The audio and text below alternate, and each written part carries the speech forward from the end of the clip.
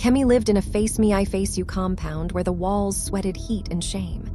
Every morning she walked past women selling akara, past boys shouting bus stops, past phones flashing lives she could not touch. She ironed other people's clothes for money that disappeared before nightfall. Online, her friends wore lace, drank champagne, and smiled on island balconies. Offline, Kemi counted coins. One night, hunger made her cry quietly. That was when a message came. "You're beautiful. I can help you shine." The profile picture showed a man in white linen, wrist heavy with gold.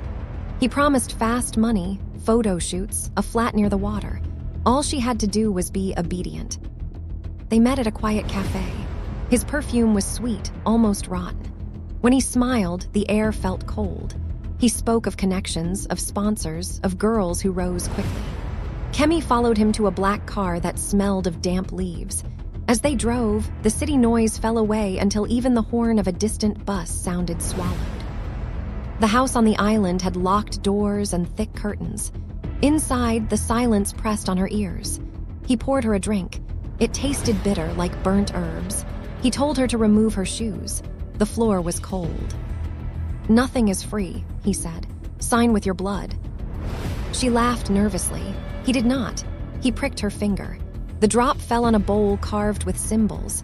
The room smelled of iron. She wanted to leave, but the door would not open. Days later, money came. Her phone sang with alerts. Her photos went viral. Clothes arrived in boxes. People called her queen. But at night, her stomach twisted. She dreamt of heavy feet walking across her chest. She woke to the sound of whispers counting. Soon, strange things happened. Her mirror showed her smiling when she was not. Cold air followed her in the heat. Food tasted like sand. She noticed a mark on her ankle, dark and growing. When she tried to return to the island, the road felt longer, the driver silent, his eyes white like chalk. An old woman in her compound watched her one evening. Mama Said, who sold herbs and spoke softly. "You have borrowed what belongs to spirits," she said. "Debts don't forget." Kemi shook. Mama Said told her a story. Long ago, some men made covenants at shrines by the water. They fed ancestors with blood to buy beauty and power. The spirits collected monthly, strength, wombs, years, or the breath itself. Anyone who ate without paying would be eaten. Fear drove Kemi to the island house. She found other girls there. Thin, quiet, one had hair falling out in clumps, another bled without wounds. When the man in white arrived, his face seemed stretched, his shadow wrong. He laughed when they begged. That night, the air turned sharp. Drums sounded without drummers. Doors burst open. Mama Said stood at the gate with elders from the old quarter, holding leaves, chalk, and fire. They called names of ancestors, of rivers, of debts. The ground shook. The man screamed as his skin blistered like paper near flame. The bowl cracked.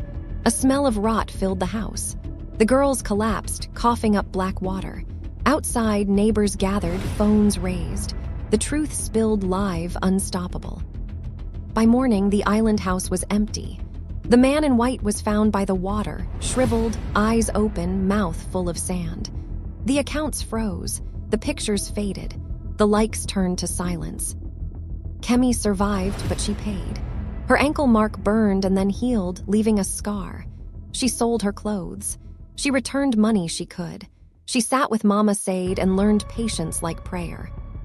In the compound, people whispered again, this time with fear. They said shortcuts are roads with graves. They said tradition watches even when you don't believe. And when hunger came, Kemi worked, slowly, cleanly, alive.